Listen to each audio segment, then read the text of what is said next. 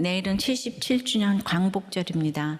뼈저리게 일제강점기를 경험한 세대로서 나라가 없으면 예배도 못 드린다는 것을 수없이 얘기했지만 다음 세대들은 이 말이 무슨 말인지 몰라서 안타깝습니다.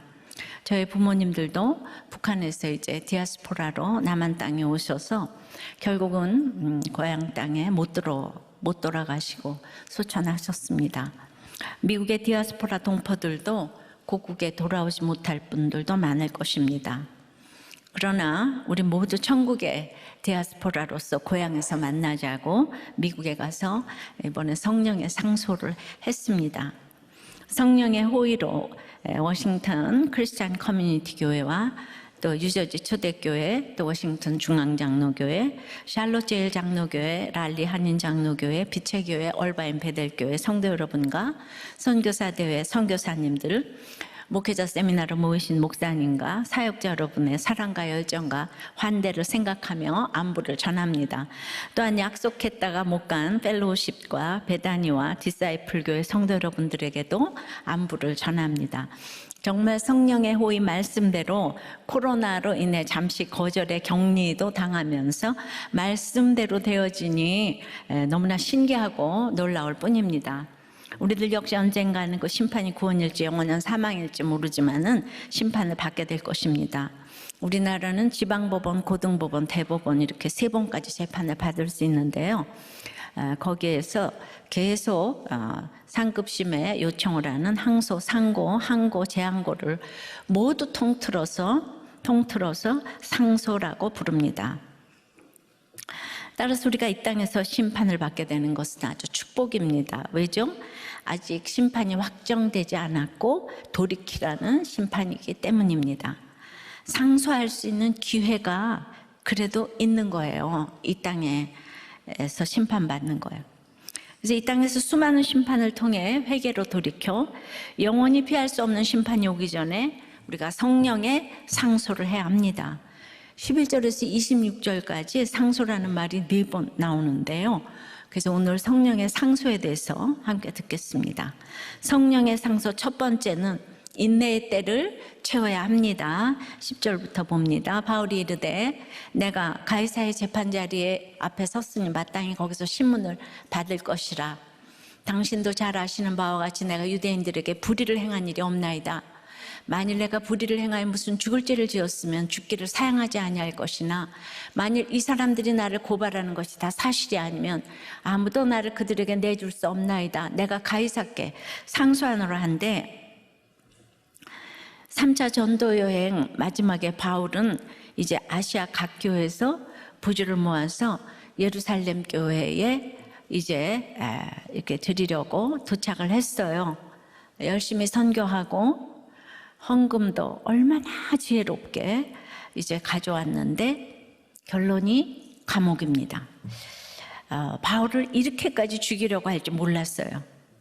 바울이 지금 무슨 욕심으로 이 선교를 합니까? 주님 만나서 70여 곳 되는 곳에서 복음을 전했는데 유대인들 지도자들은 이런 바울을 죽여야 한다고 지금 집요하게 고발을 하고 있어요. 예루살렘에서 바울은 오히려 장로들의 조언에 순종해서 결례를 행했죠. 그리고 결례를 행해서 결례를 위해 예루살렘 성전에 이제 들어갔는데 거기서 소동이 나서 체포가 됐습니다. 이것이 21장의 내용이에요. 지금 25장이거든요. 근데 여전히 지금 감금된 피고예요. 그동안 21장부터 5장까지 유대인들에게 잡히고 사내들인 공회에 끌려가고 로마군에게 결박되어 영내에 감금되고 천부장에게 신문을 받고 벨릭스에게 이제 또 베스도 총독에게 조사를 받는 이 모든 고난을 바울은 처음부터 지난 2년 동안 오늘 가이사의 재판자리 앞에 섰다고 해요. 당연히 일단 로마 시민권자이기 때문에 이 땅에서 최고의 심판관인 로마 황제에게 심판받을 자격이 있지요. 우리도 마찬가지로 이렇게 계속 하나님의 응답대로 가는데 그게 가이사의 자리에, 재판 자리에 섰다고 하는 것처럼 우리도 하나님의 재판 자리에 섰다고 생각하고 모든 일을 감당하시기를 바랍니다. 예, 바울의 믿음이에요. 그러나 바울은 그동안 쓸 수 있었던 상속권을 왜 이 상황에서 이렇게 당당하게 사용하는 것일까요? 이리 치고 저리 치고 유대인들에게 오해받고 벨릭스의 욕심에 이용당하고 이런 모든 상황들을 바울은 인내하며 기다렸습니다. 예, 이 지긋지긋한 유대 땅을 떠날 수 있는 로마 시민의 당연한 권리가 있지만은 그 고난을 사용하지 않았어요.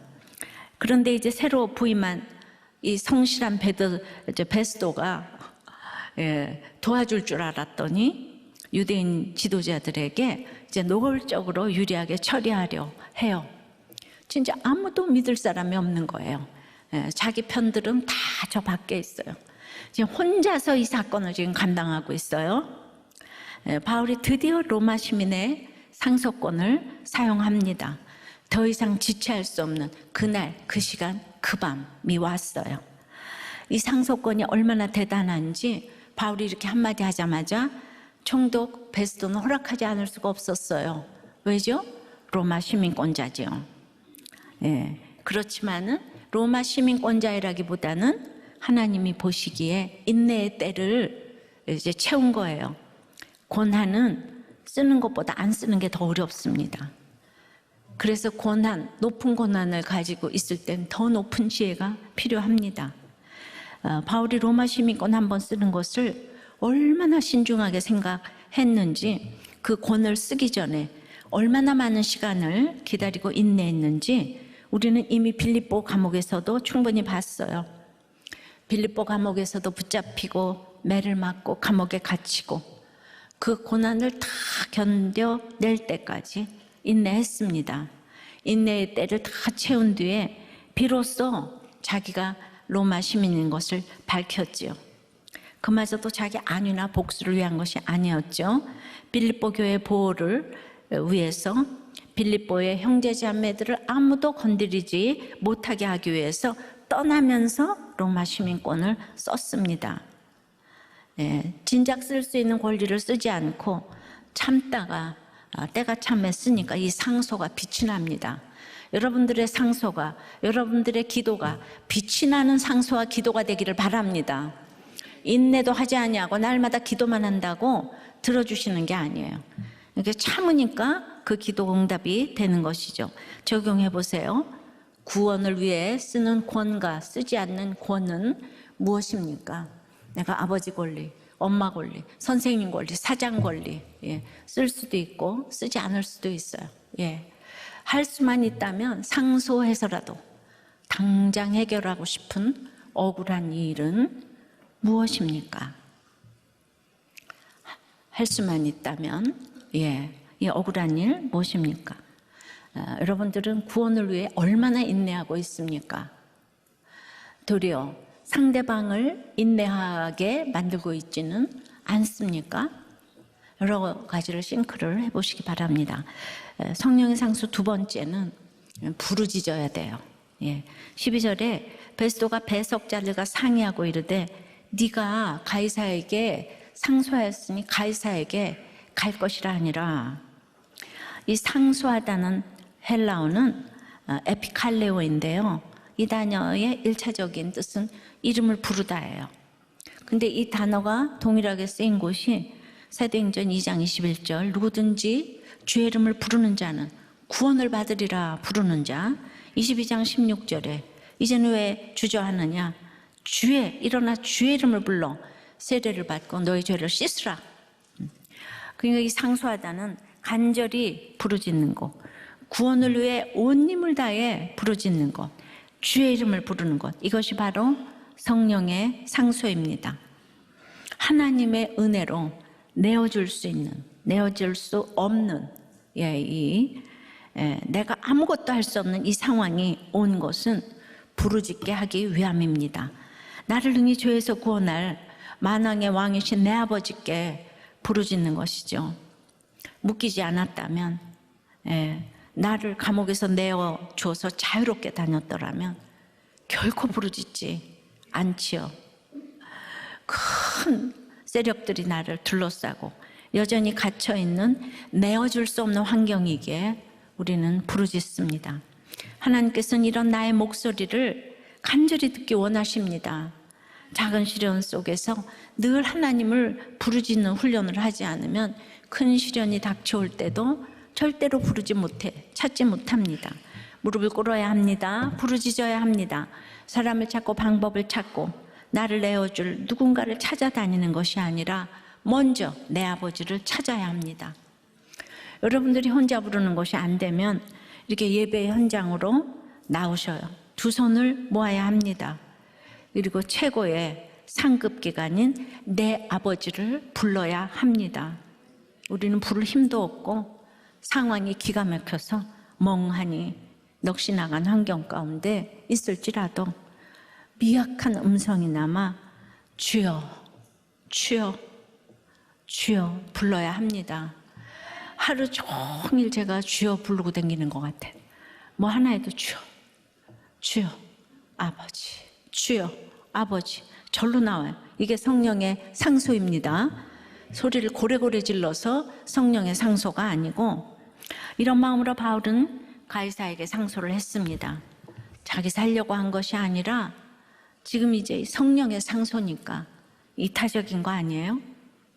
이렇게 부르짖을 때 하나님께서 반드시 응답하십니다. 로마 시민인 바울의 상소에 베스도도 바로 응답했잖아요. 그러면 천국 시민권자인 우리가 하나님 앞에 부르짖을 때 하나님이 반드시 응답하지 않으시겠습니까? 반드시 응답하십니다.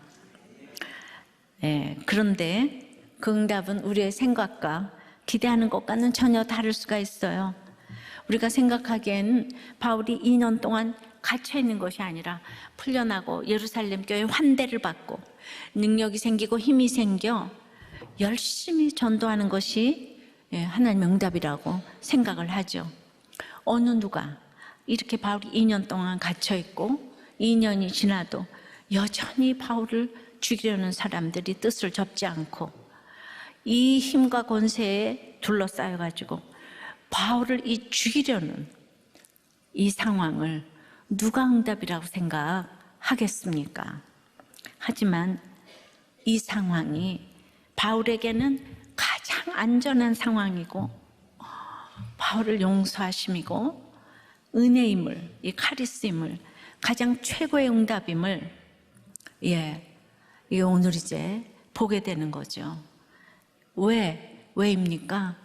지금 2년 동안 그 어느 때에 석방이 되었으면 그 자리에서 죽는 거예요.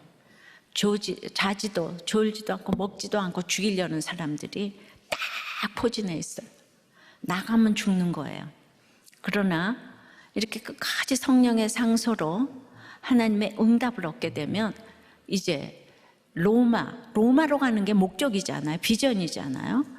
거기까지 2240km를 그 누구도 같이 호송할 수가 없어요.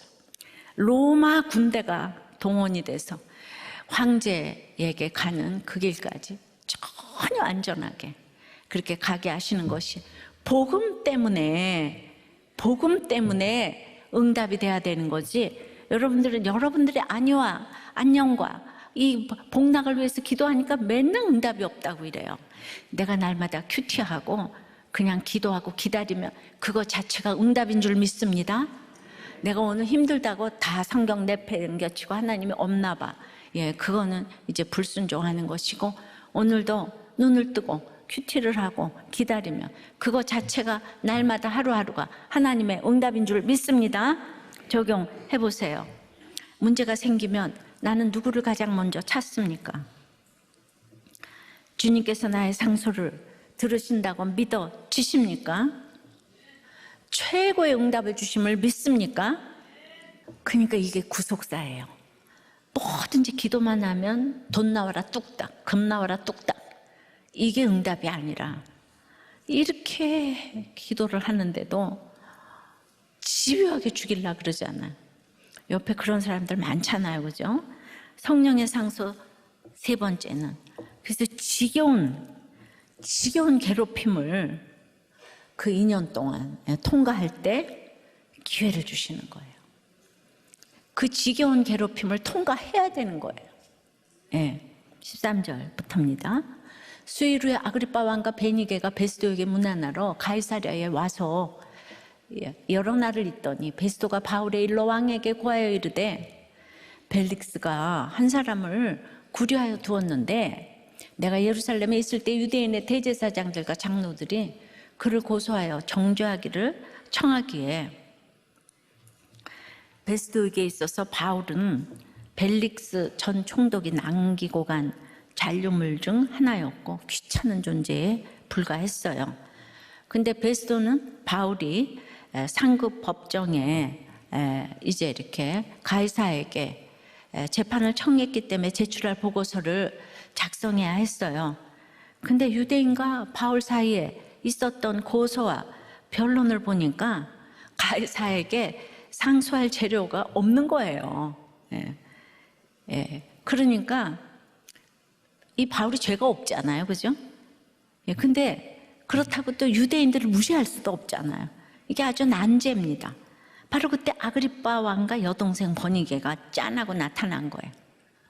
바로 이 아그리빠 왕은 헤롯 대왕의 손자고 야고보를 칼로 죽인 아그리빠 1세의 아들인 이 아그리빠 2세인데 거기에 누이 동생 버니게는 또 문제 많은 지금 아주 이런 당사자였어요.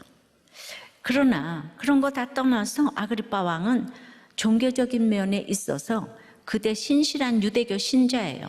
그 유대교와 관련된 아주 상당한 지식을 가졌어요. 그러다 보니까 유대인의 종교 문제에 아주 전문가라는 평판이나 있었습니다.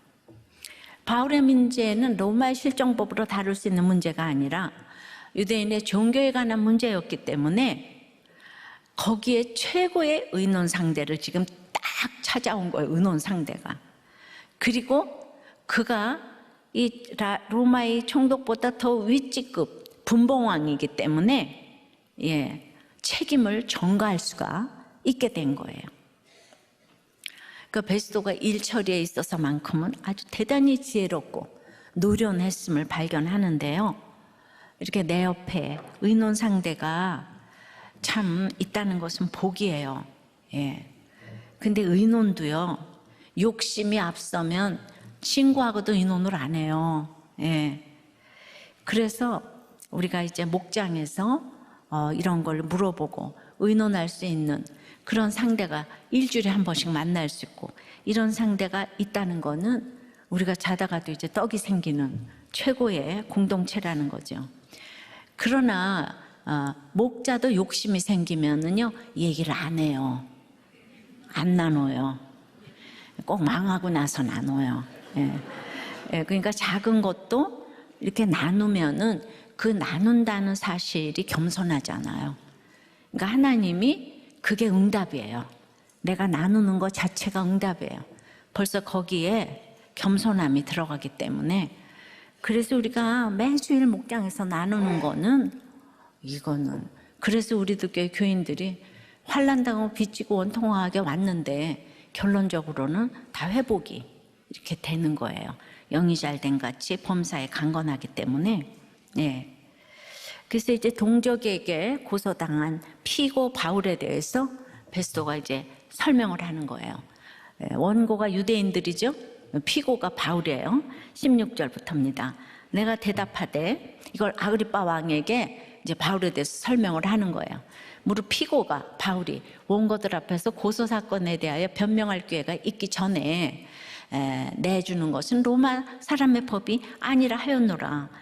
그러므로 그들이 나와 함께 여기 오매 내가 지체치 아니하고 이튿날 재판 자리에 앉아 명하여 그 사람을 데려왔으나 그러니까 원고들이 로마 그 유대인들이 바울을 달라고 자기네들이 처리하겠다고. 근데 그게 로마법이 아니라서 내가 이제 그러지 않았다. 그런데 그래서 그 사람 데려왔는데 18절에 원고들이 서서 내가 짐작하던 것 같은 악행의 혐의는 하나도 제시하지 아니하고 오직 자기들의 종교와 떠는 예수라는 이가 죽은 것을 살아있다고 바울이 주장하는 그 일에 관한 문제로 고발하는 것 뿐이라. 요지는 자신은 로마 총독으로서 법대로 공정하게 처리하려고 했다고 생색을 냅니다. 그런데 바울의 악행 혐의는 증명할 수 없었고, 그리고 보니까 바울이 계속 줄창 주장하는 일은 예수라 하는 이의 부활입니다. 그러니까 사회적으로 아무런 문제가 되지 않는 종교적 논쟁에 불과하더라. 이렇게 얘기를 합니다. 이 복음의 핵심에 대해서는 사도 바울이나 베스도나 아는 것에서는 별 차이가 없어요. 나 다 알아. 큐티나 옛날부터 해봤지. 그럼 모르는 사람 어디 있어요? 그러나 예수님의 부활을 말할 때 바울에게는 영혼의 떨림이 있고 감격이 있어요. 근데 베스도는 그냥 너무나 드라이한 목소리로 예수의 부활을 전합디다. 이렇게. 이 둘 사이에는 굉장히 베스도가 엘리트지만은 아주 차이가 있는 거예요. 맞습니다. 여러분 다 알아요. 성경도 알아, 예수도 알아, 큐티도 알아.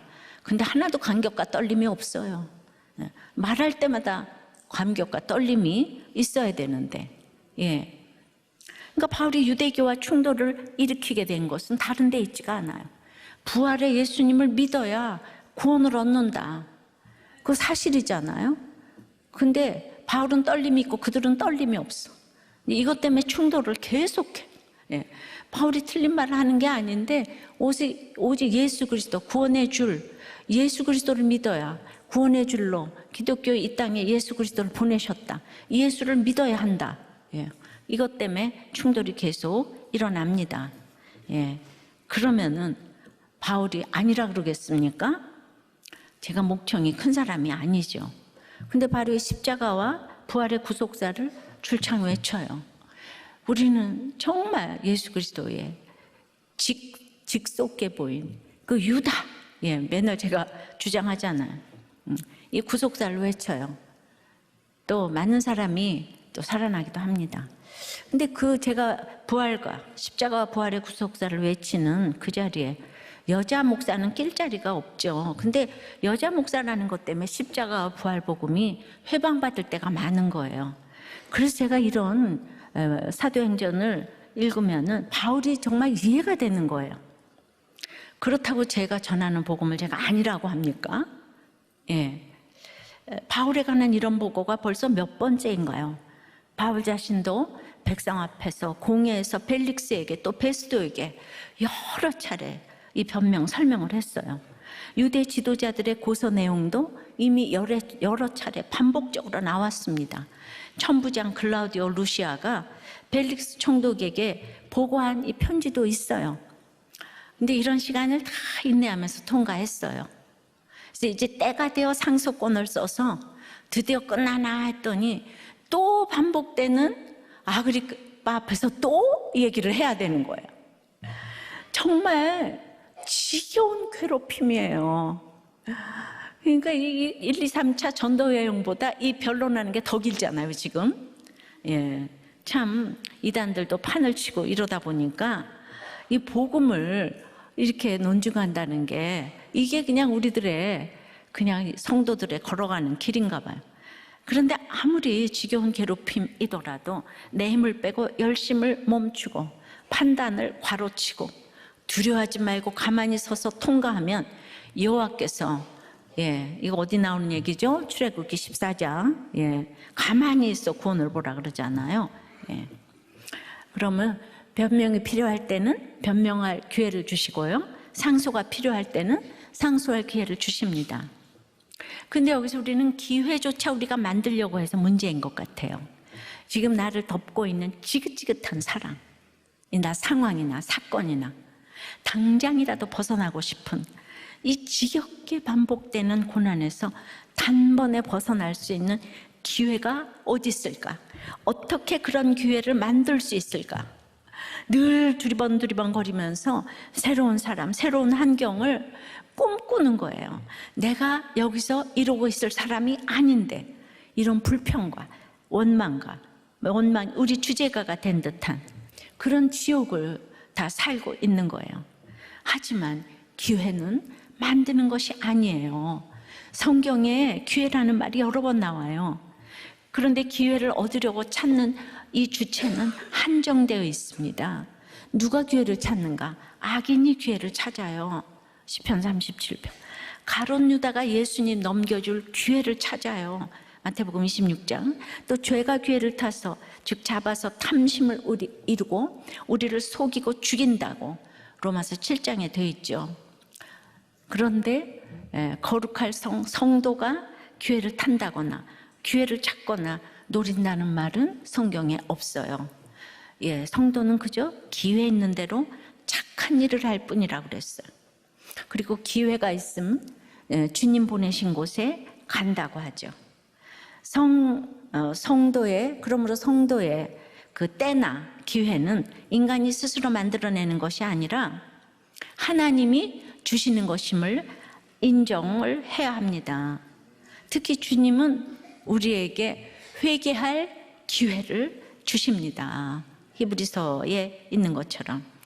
그러니까 우리는 이타적으로 회개할 기회, 착한 일을 할 기회, 이런 거를 찾는다고 하는 거지, 악인의 기회 찾는 거, 예수님을 넘겨줄 기회를 찾는 거.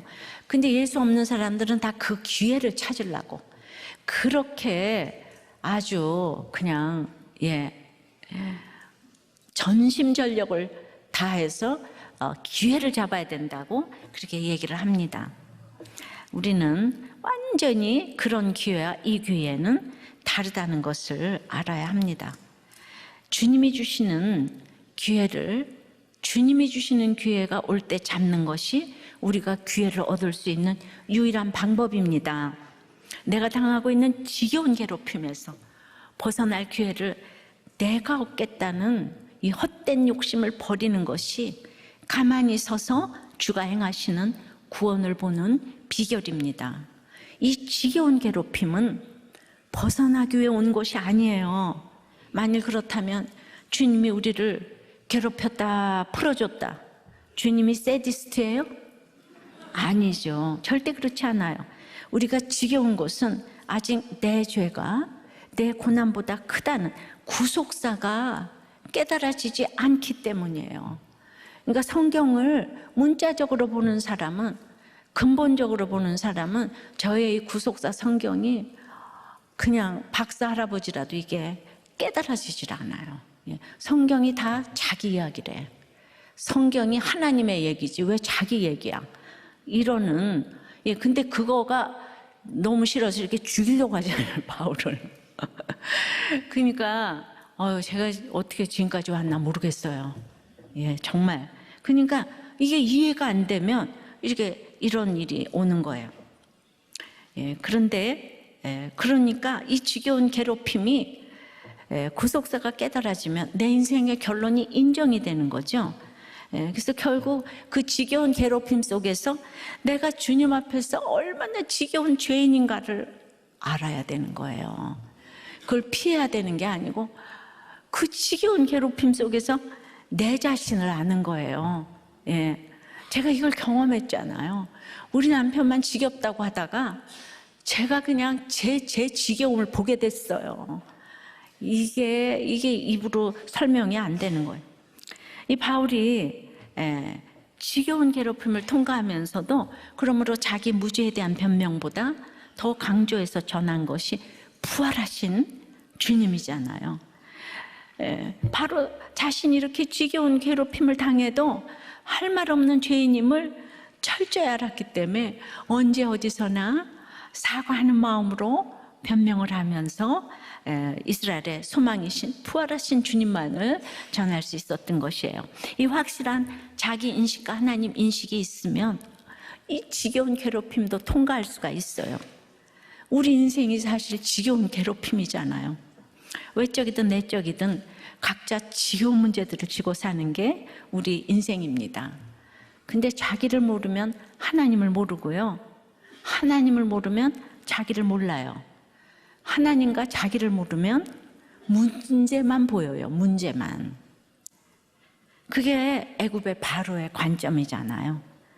그러니까 잘 살 땐 그러다가 재앙이 오면 모든 것이 재앙이 되는 거예요. 사건만 오면, 문제만 보이니까 이 10가지가 다 재앙이에요.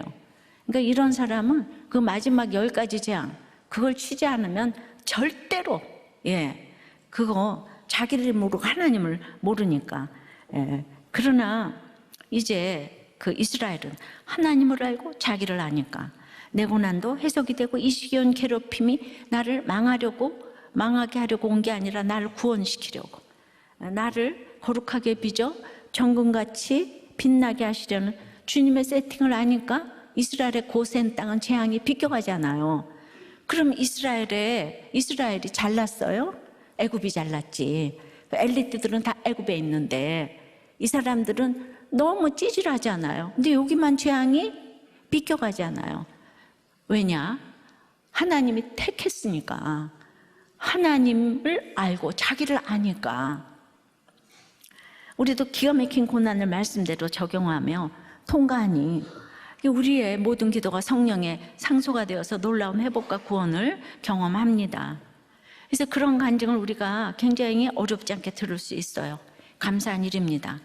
하지만 이렇게 성령의 상소를 들어주시는 목적을 분명히 알지 못하면 결국 적과 꿀이 흐르는 가나안 땅에 들어가도 이 편안한 상태에 다 취해서 멀리 떠내려가는 일도 수없이 봅니다. 너무 안타까워요. 그래서 고난이 오면 주님께 왔다가 해결되면 떠나는. 그러니까 고난 피하는 게 목적이 되니까 하나님을 모르고 자기를 몰라요. 기복이라는 게 왜 무서운가 하면 하나님도 모르고 자기도 모르는데 날마다 빌어요. 그런데 이렇게 해결되면, 그래서 하나님을 떠나는 그런 일이 있으면 안 되는데요. 그래서 내가 적과 꿀 속으로 들어가면 하나님을 알기가 너무 어려워요. 그동안에는 하나님을 믿는 것처럼 그렇게 빌다가 딱 그게 오니까 하나님을 믿은 게 아니었기 때문에 떠나가는 거죠. 그러니까 목적이 문제 해결에 있기 때문에 그러는 거예요. 이렇게 말씀으로 주님을 알고 나를 알아. 하루하루 지겨운 괴롭힘을 통과할 때가 되면 주님이 필요한 기회를 주시는 거예요. 그러니까 제가 남편이 갔는데 그때 인내의 때가 차서 그때부터 저를 주님이 쓰시잖아요. 이 사명으로 쓰시잖아요. 그래서 저쪽으로 안 가고 하나님 쪽으로 갔는데 하나님을 모르고 이 사건이 왔으면 저도 딴 사람같이 흘러 떠내려 갔을 거예요. 그 어두운 터널을 통과하면서 주님께 상소한 모든 신음을 주님이 낱낱이 기억하시고 결국 기회를 주세요. 저에게 기회를 주셨죠. 주님을 섬길 기회를 주셨죠. 그래서 우리가 이 기회가 오기 전에 할 일이 상소예요. 성령의 상소예요. 성령의 상소. 자, 적용해 보세요. 괴롭도록 지겨운 사람, 지겨운 상황, 또 지겨운 사건은 무엇입니까? 여기서 벗어날 기회를 얻으려고 누구를 또는 무엇을 기웃거리고 있나요? 그러니까 이 괴롭도록 지겨운 사람, 그것이 계속 벗어나게 해달라고 맨날 기웃거렸는데 결국 벗어나니까 그동안에 기도하고 다 했던 것들이 어디로 갔는지 하나님을 모르고 자기를 모르니까 완전히 떠내려가는 거죠. 떠내려가요. 우리 장로님의 나눔을 좀 읽어드리겠어요. 굉장히 어려운 오픈을 좀 해주셨어요. 우울과 조울을 반복하는 아내와 사는 것이 피가 뚝뚝 떨어지는 참을인자가 새겨있는 삶이라고 했습니다.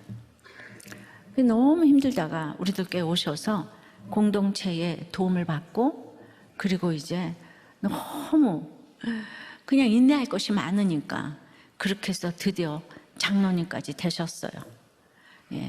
해석하고 가고 있지만 너무 힘들다, 그 얘기를 이제 해주셨어요. 그래서 막내딸이 대학만 들어가면 졸혼을 하리라 했는데 그만 들어갔어요. 불행히도 누구는 사수를 했다고 하는데, 그러니까 이제 막내딸이 들어가고 보니까 이제 따로 살아보리라 하고 이분이 올해부터 따로 살고 계세요. 예, 한마디로 지금 별걸 하고 계세요. 장로님께 드리는 말씀이에요. 예, 세계적인 석학인 스탠리 하워즈 교수도 똑같은 일을 겪었어요. 아내가 이제 조울증에 끝나지 않을 고통 가운데 그 아내가 맨날 다른 교수하고 막 성관 가겠다 그러고 그냥 너무 정말 끝나지 않을 고통 가운데 아내를 돌보면서 살았어요. 근데 제가 이제 그 장로님과 큰 차이를 하나 보게 됐는데 이 스탠리 교수가 너무 세계적인 석학이다 보니까 그 이분이 또 신학교 교수임에도 그렇게 힘들 때 아내를 보낼 공동체가 없더라고요. 그 책에서 보니까 이렇게 교회를 못 보낸 거예요. 예. 그러니까 결국은 이제 혼자서 그 일을 하려고 하다 보니까 굉장한 정신과 의사가 친구로 있고 이래도 그렇게 의사의 도움은 한정적이잖아요. 그죠? 늘 급할 때. 예. 그래서 결국은 한 20년인가 사셨어요. 예. 이혼을 하셨어요. 그리고 이제 부인은 곧 소천을 했습니다. 공동체가 있고 없고의 차이는 참 큰 거구나.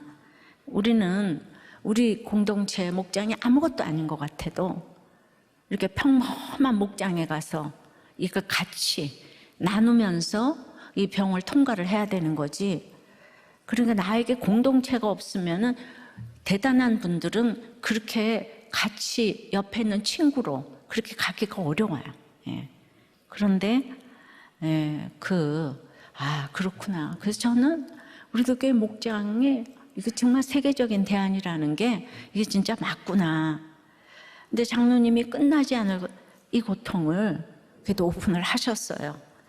그래서 이제 교회 기도 제목이 되어서 기도받는 복을 받으시면 좋겠다는 생각을 하고, 근데 이제 중요한 이 포인트가 있는데 왜 이렇게 이분이 별거를 하시고 이러는가?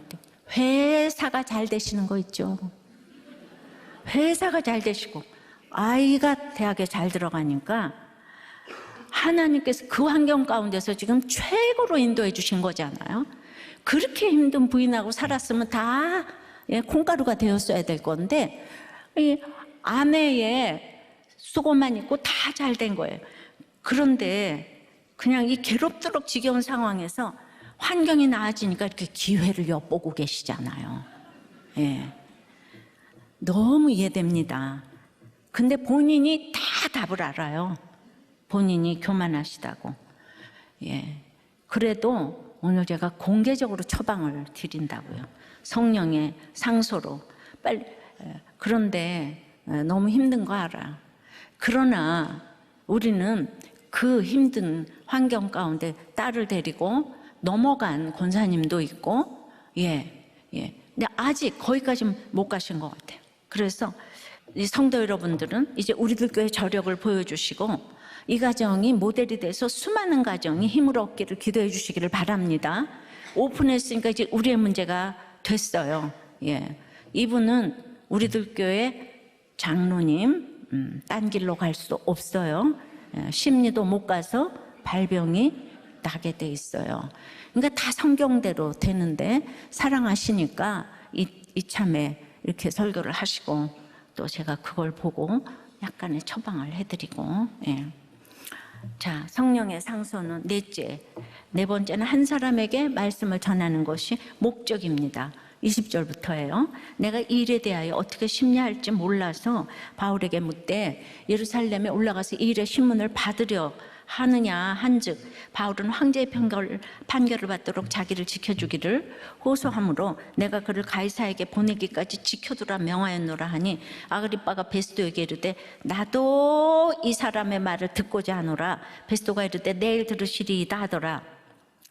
바울에 관한 베스도의 보고를 다 들은 아그리빠 왕은 나도 이 사람 바울의 말을 듣고 싶은데 이렇게 됐어요.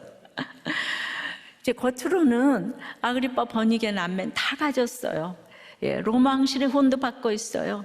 이 로마 총독 베스도도 그 호의를 얻으려고 애를 써요.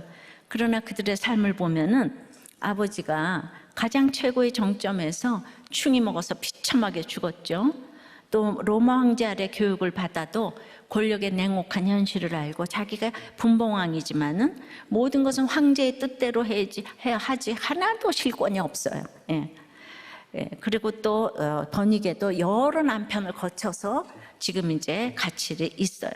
왕위로도 재물로도 관계로도 채울 수 없는 인생의 실존적인 허무함과 죄악과 음란에 굴레에 잡혀있는 공허함이 있으니까 이들이 바울에게 말을 듣는 거예요. 어떤 말이요? 어떤 말 가장 듣고 싶었을까요? 오늘 강조하는 거 있잖아. 예수라는 이의 죽은 것을 살아있다는 주장. 그 예수의 부활을 나도 듣고 싶은데, 그래서 인생의 허무함이 허무함인지도 모르고 목적 없이 살아가는 한 인생 아그리빠 버니게에게 말씀을 전하기 위해 바울은 가이사에게 상소를 한 후에도 또 더 며칠을 구류된 채 기다려야 했던 것이에요. 바울의 상소가 성령의 상소이기 때문에 그 목적이 억울함을 풀고 자유를 얻는 것이 아니라 오직 그 상소의 목적이 구원이기 때문에 성령의 말씀대로 구원을 이루는 것이기 때문에 또 되었나 봐 하니까 또 그 자리에 며칠을 묶여서 또 기다려야 했어요. 말씀이 필요한 그 한 사람 아그리빠와 버니게에게 말씀을 전하기 위해서 말이죠. 나아가 상소대로 로마에 가는 것 또한 로마에서 말씀을 전하여 한 사람이라도 더 구원하는 것이 목적인 것이에요. 우리가 혐의를 벗고 억울함을 풀고 복수하는 게 기도 목적이 아니라 항상 전도를 통한 구원이 우리의 모든 기도와 상소의 목적인 줄 믿습니다. 그래서 큐티의 꽃은 적용이고 결론은 영혼 구원이라고 귀에 못이 박히도록 반복하는 게 다 이유가 있는 것입니다. 언제 어디서 누구이거나 구원이 최고의 가치임을 잊지 마시기를 바랍니다. 적용해 보세요. 인생이 허무할 때가 있습니까? 허무함을 무엇으로 채우고 싶습니까? 내 인생 최고의 목적은 무엇입니까? 구원은 몇 번째 목적입니까? 말씀 전할 한 사람은 누구입니까? 본인은 믿음이 하나도 없대요. 그런데 이제 그 학교에서 선생님들과 1학기 종강 파티를 식당에서 했는데 이제 종교에 대한 주제가 나와서 잠깐 전도를 해보려고 했더니 씨알도 안 먹히더라는 거예요. 그런데 갑자기 어느 분이 나를 보면서 너무 저 사람 막 칭찬하면서 너무 순수하고 아주 착한 드문 사람이라고 그렇게 칭찬을 해줬대요. 그러니까 그때 전자동으로 정말 솔직한 마음으로 나는 그런 사람이 전혀 아니고요. 내 안에는 음란이 있고 얼마 전 야동을 보았다고 그래서 교회에서 회개하고 고백했다는 얘기를 그 자리에서 했대요. 그러니까 비록 거창한 복음은 전하지 못했지만 이 찌질하고도 솔직한 모습을 보여준 거에 대한 감사한 마음이 들었다고. 그렇습니다. 우리가 전도를 하는 게 할렐루야 예수를 믿으라 구원이 이르렀다 이렇게 가서 이게 뭐 하는 짓이냐고. 요새가 예수 믿고 천국 가야지 이때가 밥 먹고 놀 때냐고 이러시면 안 되고 요렇게 이게 구속사적인 거죠. 이게 유다복음인 거예요. 항상 막 나는 칭찬할 거리가 하나도 없어요. 랄랄랄랄랄랄 이게 복음 전할 태도입니다. 그러면 전하지 못할 사람이 없어요. 저 또한 여러분들의 성령의 상소로 미주 목사와 집회를 하고 왔어요.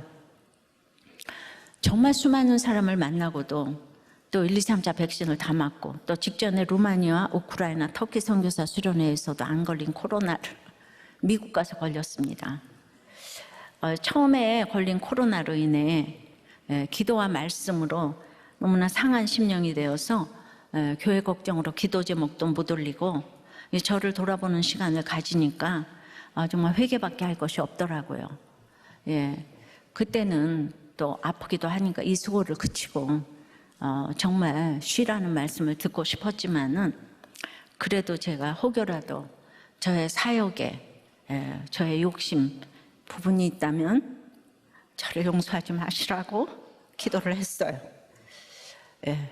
제가 용서해달라고 기도를 하지 않고요. 저를 용서하지 마시라고.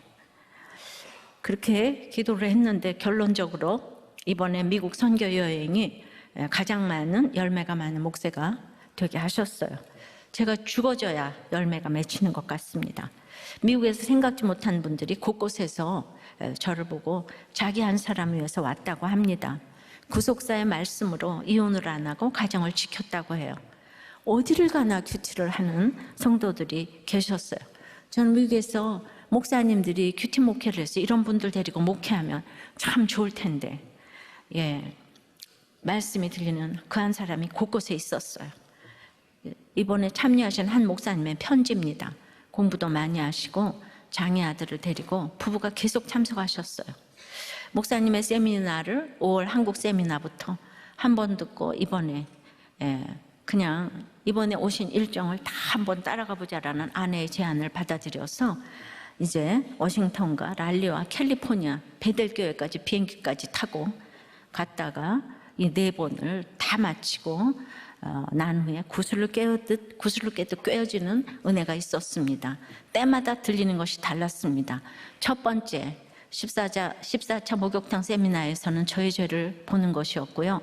두 번째 워싱턴 세미나에서는 내가 100% 죄인이라는 것이 어떻게 다가왔는가 하면 제가 옳고 그름으로 사람을 대했기 때문에 구원의 열매가 없었구나, 이걸 깨달았고, 세 번째 랄리 세미나에서 받게 된 것은 복음이었고, 저는 목사님께서 하시는 말씀을 하나도 놓치고 싶지 않았는데 구원을 위해서 생명을 내놓는 목사님의 말씀이 들렸고, 저의 뒷밤에 하나님께서 한 영혼을 향해 주신 눈물이 흘렀습니다.